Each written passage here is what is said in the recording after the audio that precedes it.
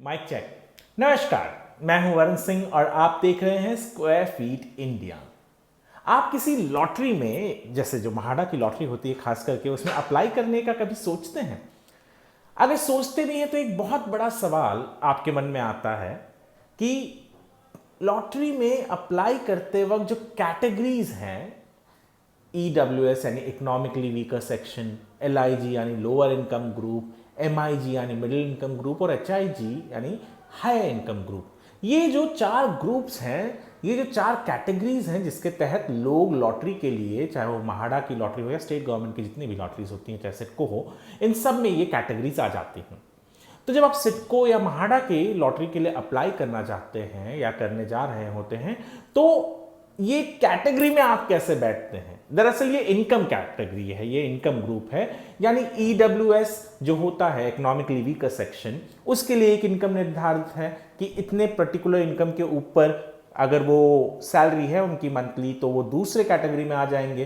तो मैं आपको आज यहां बताऊंगा कि अगर आप सोच रहे हैं किसी भी स्टेट लॉटरी के लिए अप्लाई करने के लिए, तो EWS, LIG, MIG और HIG जो चार कैटेगरी हैं, इनके अंदर आप कैसे इनकम, कौन सा इनकम ब्रैकेट आता है जिसमें आप बैठोगे, और इसके अलावा सबसे महत्वपूर्ण कि आपका ये इनकम किस तरीके से डिफाइन होता है या कैलकुलेट किया जाता है। ये बहुत मुश्किल चीज़ है, बहुत सारे लोग कंफ्यूज हो जाते हैं कि कैसे कर सकते हैं या कैसे किया जाता है। तो मैं आपको बहुत सिंपल तरीके से आज बताता हूं।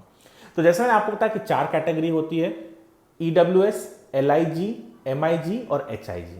तो हाल ही में जो महाडा की लॉटरी हुई, उन्होंने जो बुकलेट निकाला था उसके अंदर उन्होंने बहुत अच्छे तरीके से डिफाइन किया हुआ है। मैं उसी की मदद लेकर आपको बता रहा हूं कि EWS जो होता है, जिसकी मंथली सैलरी 25,000 तक है, 25,000 तक, मतलब आपकी सैलरी 2,000 हो सकती है, 10,000 हो सकती है, 20,000 हो सकती है, 24,000 हो सकती है, 25,000 तक। जिनकी सैलरी 25,000 तक है वो EWS में आते हैं, यानी इकोनॉमिकली वीकर सेक्शन में जो लॉटरी है, जिसमें जो घर है, उसके लिए वो अप्लाई कर सकते हैं।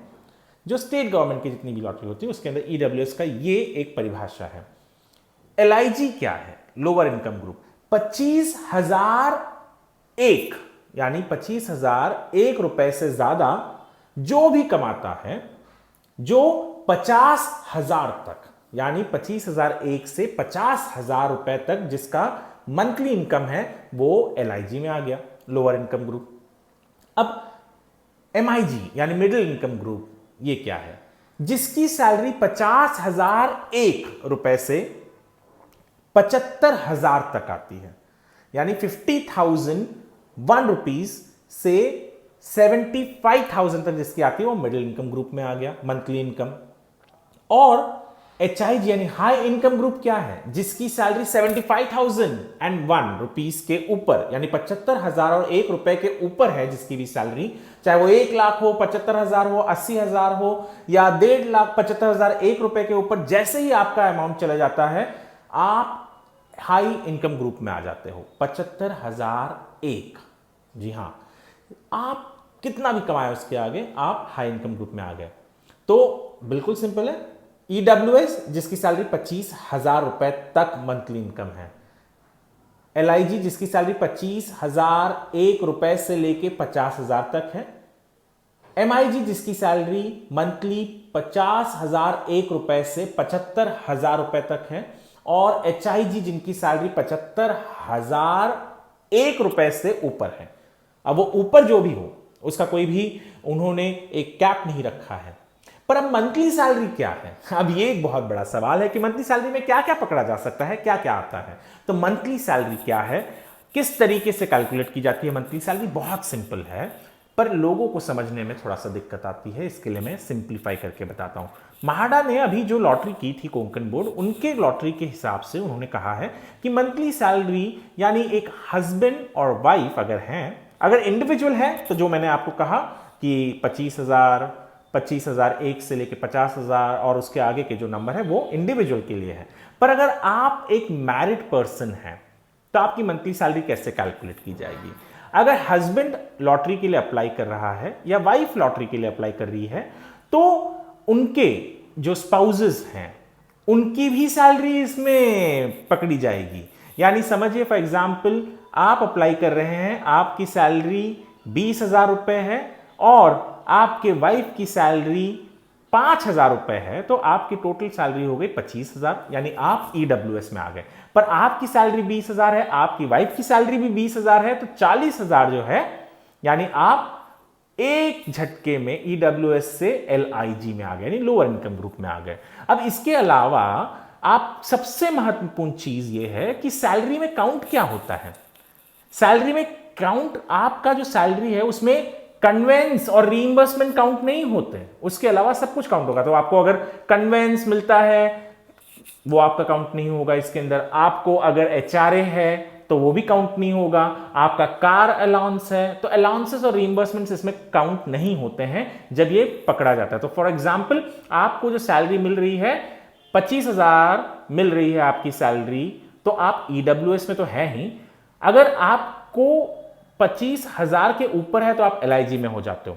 पर ये कन्वेंस और एलआई इसकी बात कर रहे हैं हम, तो अगर समझिए फॉर एग्जांपल आपके पास सैलरी आती है 30,000, जिसमें से 5,000 रुपए जो है वो आपका कन्वेंस है, तो वो हटा दीजिए, तो आपकी जो बेसिक जो हो गए आपकी सैलरी जो महाडा पकड़ती है वो 25,000 तक है, तो आप एलआईजी में नहीं ईडब्ल्यूएस में आएंगे।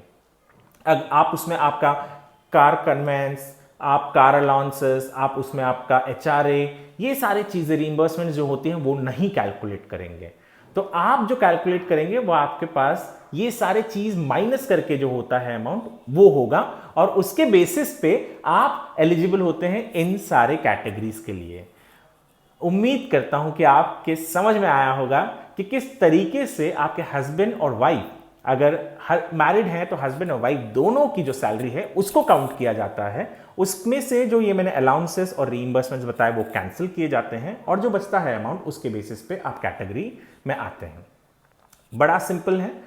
आप लॉटरी आ रहे हैं, बहुत सारे महाडा भी लॉटरी करने वाली है, सिडको की भी लॉटरी अनाउंस हो रही है, तो उम्मीद करता हूं कि ये वाली जो आपके लिए मैंने जानकारी दी है महत्वपूर्ण है और आपके काम आएगी। squarefeetindia.com ये एक रियल एस्टेट न्यूज वेबसाइट है और ये स्क्वायर फीट इंडिया का यूट्यूब चैनल है। हम हमारे वेबसाइट और चैनल के जरिए आप तक रियल एस्टेट जगत से जुड़ी हुई महत्वपूर्ण जानकारी लेकर आते हैं। यदि आपको ये वीडियो पसंद आए तो आप चैनल को सब्सक्राइब करना मत भूलिएगा, वीडियो को लाइक और शेयर भी कीजिएगा, और ज्यादा जानकारी के लिए आप हमारे वेबसाइट squarefeetindia.com पर विजिट भी कर सकते हैं। ये वीडियो देखने के लिए आपका धन्यवाद।